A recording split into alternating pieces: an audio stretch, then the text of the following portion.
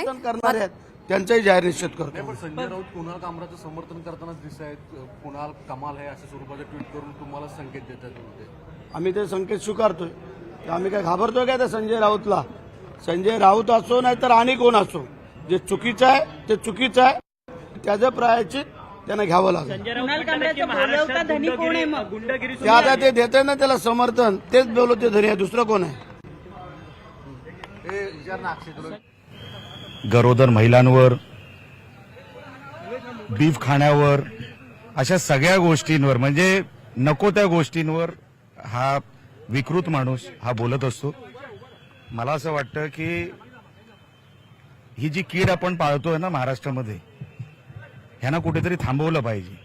तुम्ही कॉमेडी करा ना, तुझ्या कॉमेडीला कोण इकडे भीक घालतोय, पण तू आमच्या आस्थेवर बोललास, आमच्या नेत्यांवर बोललास, आणि ज्या भाषेत तू बोलायला पाहिजे ना ते गपचूप तुझ्या त्या चौकटीमध्ये बोलायचं.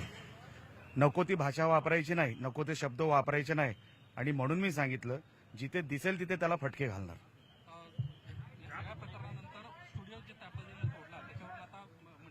अहो त्याला देश सोडावं लागेल.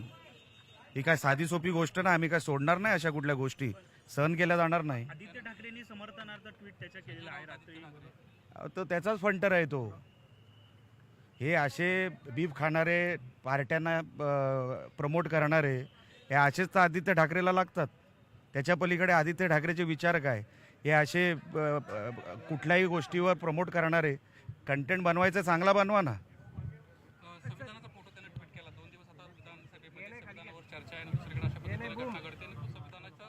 ही केस संविधानाप्रमाणे डिफॉमेशनची होते, ते त्याला मान्य आहे का?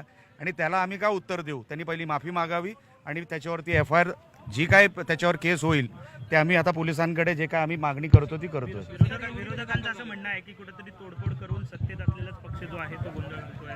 अरे बाबा, तू आमच्या आस्थेवर हात घालणार तर आम्ही तुला सोडणार का? कोण आहेस तू? काय संबंध तुझा? आता तू तुझ्या चौकटीत राहून कॉमेडी कर ना, तुला कोण नाही म्हणतंय. पण तू आमच्या आस्थेवर हात टाकलायस, लक्षात ठेव. तुला काय सोडत नाही आम्ही.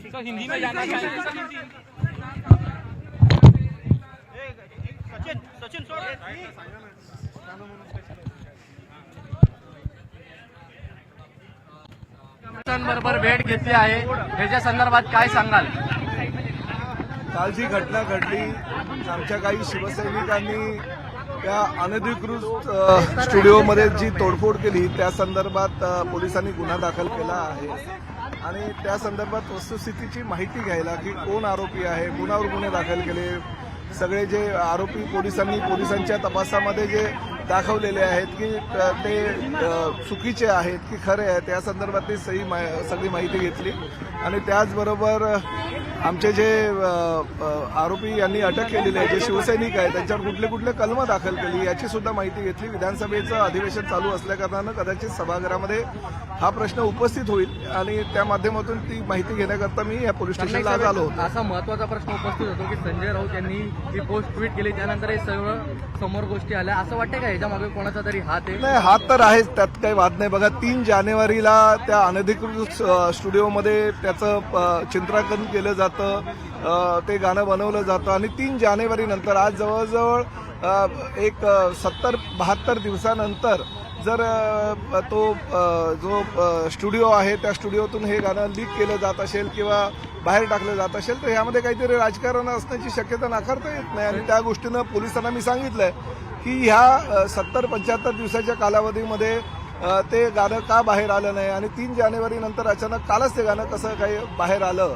ह्याची सुद्धा खोलपणे जाऊन तुम्ही चौकशी करणं गरजेचं. आता संजय राऊत असं म्हणत आहेत की कुठेतरी गृह खात्याचं फेल्युअर आहे. काल जी तोडफोड झाली एकनाथ शिंदे गटाकडून, म्हणजे जी तोडफोड करण्यात आली, हे कुठेतरी गृह खात्याचं फेल्युअर आहे. आता हे तुमच्यावरती ढकलण्यात येतंय. नाही, आता संजय राऊतांना सकाळी काय म्हणायचं असतं हे रात्रीच ठरवून ते सकाळी बोलत असतात. त्यामुळे कोणाचं काय फेल्युअर आहे याबद्दल त्यांनी न बोललेलं बरं. त्यांच्या कार्यकाळामध्ये काय काय घटना ह्या मुंबईमध्ये घडत होत्या मुख्यमंत्री असताना किंवा महाविकास आघाडीचे गृहमंत्री असताना, ह्या विषयावर मला आता काही बोलायचं नाही. फक्त जी घटना घडली ती घटना आम्ही शिवसेनेनं फार गांभीर्याने घेतलेली आहे आणि कुठल्याही परिस्थितीमध्ये आमच्या पक्षाचे प्रमुखाने राज्याचे उपमुख्यमंत्र्यांबद्दल जर अशा प्रकारचं वक्तव्य कोणी करत असेल आणि चुकीचं काही बोलत असेल तर शिवसैनिक कधी गप्प बसणार नाही. राहुल कनाल आणि सरमळकर यांच्या माध्यमातून जो काही प्रकार घडलेला आहे त्या प्रकाराचं आम्ही समर्थन करणार नाही, परंतु शेवटी ते शिवसैनिक आहेत. मी मंत्री नंतर आणि शिवसैनिक आधी आहे. आमच्या पक्षाच्या प्रमुखाबद्दल जर कोणी असं वक्तव्य करत असेल आणि तशा प्रकारचं चीड आणणारं गाणं जर कोणी प्रकाशित करत असेल तर तो निश्चितपणे कुठल्याही शिवसैनिकाला राग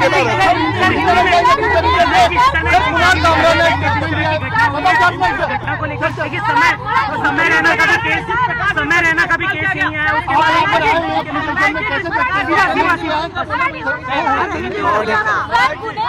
सर समय रहना का भी राज्यभरामध्ये जेव्हा कायद्याचं निर्माण झालेलं असताना तुमची कार्यकर्त्याची फोडाफोडी करत असेल तर कुठे तरी सत्तेत असलेले जे पदाधिकारी आहेत नाही बघा, कुठल्याही पक्षाच्या प्रमुखाबद्दल आणि जे ह्या राज्याचे लोकप्रिय मुख्यमंत्री राहिलेले आहेत, आता सध्या राज्याचे उपमुख्यमंत्री आहेत, त्यांच्याबद्दल जर असं काही वातावरण खराब करणारं वक्तव्य कोणी करत असेल किंवा गाणं प्रकाशित करत असेल आणि त्यामध्ये काहीतरी राजकीय रंग असेल तर आमचे शिवसैनिक गप्प बसणार नाही. मी कुठल्याही तोडफोडीचं समर्थन या राज्याचा मंत्री म्हणून करणार नाही. तर शेवटी मी सुद्धा आधी शिवसैनिक आहे आणि नंतर मंत्री आहे. त्यामुळे आमच्या पक्षाच्या प्रमुखांबद्दलचं जे वक्तव्य या ठिकाणी झालेलं आहे त्याचा मी निषेध व्यक्त करतो. आपण जे म्हणलं आणि त्याचबरोबर महत्वाचं म्हणजे मी आताच महापालिकेचे जे आयुक्त आहे भूषण गगरानी यांच्याशी बोललो. ह्या स्टुडिओमधून अनेक गैरप्रकार घडलेले आहेत. या स्टुडिओमध्ये देशाच्या पंतप्रधानांविषयी सुद्धा आरव्याच्या शब्दामध्ये काहीतरी चित्रित झालेलं आहे. या स्टुडिओमध्ये राज्याचे अनेक जे मंत्री आहेत किंवा काही राजकीय पक्षाचे नेते आहेत त्यांच्याबद्दल चित्रीकरण झालेले आहे. आणि ह्या स्टुडिओमध्ये अनेक प्रकारचे अशा घटना घडलेल्या आहेत ज्या घटनेमुळे ह्या मुंबईचं वातावरण गढूळ होईल.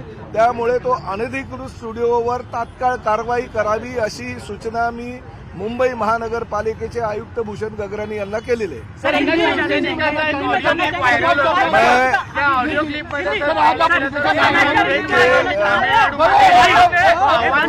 ऐसी घटना मुंबई में घटी कल, इस राज्य का मंत्री होने के नाते मैं समर्थन नहीं करना चाहता हूं, मगर ये भी बात उतनी सच है कि मैं मंत्री बाद में हूं, शिवसैनिक पहला हूं. और हमारे जो शिवसैनिकों ने किया वो इसलिए किया क्योंकि हमारे पार्टी के प्रमुख और राज्य के लोकप्रिय मुख्यमंत्री रह चुके और अभी के उप मुख्यमंत्री आदरणीय एकनाथ जी शिंदे साहब के बारे में अगर गलत सलत कुछ भी कोई गाने के जरिए या अपने जो जबान उनको दी है उसके जरिए अगर गलत सलत कुछ बोलते रहेंगे तो हमारे शिवसैनिक कभी भी माफ करेंगे नहीं किसी को भी. और आज मैं पुलिस स्टेशन में आया हूं. हमारे कुछ शिवसैनिकों के ऊपर गुना दाखिल हो गया, उसमें क्या क्या कलम लगाया वो सच है कि झूठ है. और पुलिस ही कार्रवाई करते समय पुलिस डायरेक्ट हमारे कार्यकर्ताओं के घर पे जाते हैं जिनका नाम भी नहीं था, उनके खिलाफ अगर ऐसे एक्शन लेते तो वो भी कुछ गलत है. इसलिए मैं पुलिस स्टेशन में आया. मगर एक बात उतनी जरूरी है कि वो जो स्टूडियो है वो पूरा का पूरा इनलीगल है. देश के पंतप्रधान आदरणीय नरेंद्र मोदी जी के बारे में वहाँ पे गलत सलत कुछ भी चित्रीकरण वहाँ पे हो गया. बहुत सारे राजनेताओं के बारे में चित्रीकरण हो गया. और ऐसे इनलीगल स्टूडियो को क्यों सपोर्ट कोई अगर पार्टी करता है तो वो भी देखना चाहिए, उसकी भी जांच होनी चाहिए. मैंने मुंबई महानगर पालिका के आयुक्त भूषण गगरानी जी से कहा है कि तुरंत वो अगर इनलीगल स्टूडियो होगा तो उसके ऊपर तुरंत कार्रवाई होनी चाहिए. ठाकरे, संजय राउत सबने इस घटना का विरोध किया है, सबने सरकार का निषेध. देखिए, ऐसे लोगों ने उसका समर्थन किया जिन लोगों का समर्थन उस गाने के लिए है. कुछ घटनाएं जो घटी है, मुंबई में घटी है, विधान भवन में घटी है, मुंबई हाईकोर्ट में घटी है, उसके ऊपर से लक्ष्य विचलित करने के लिए अगर ये चीजें उन्होंने की तो उसकी भी इंक्वायरी पुलिस ने करनी चाहिए. ऐसा भी मैंने डीसीपी को कहा है.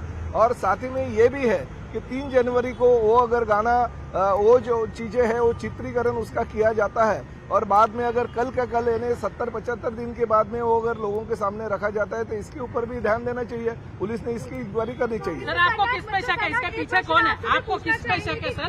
कौन है?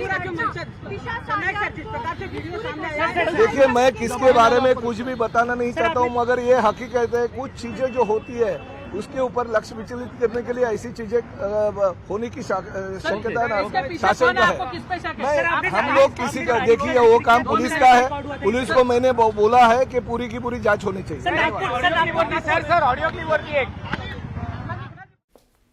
मंत्री प्रताप सरनाईक हे माध्यमांशी बोलत होते.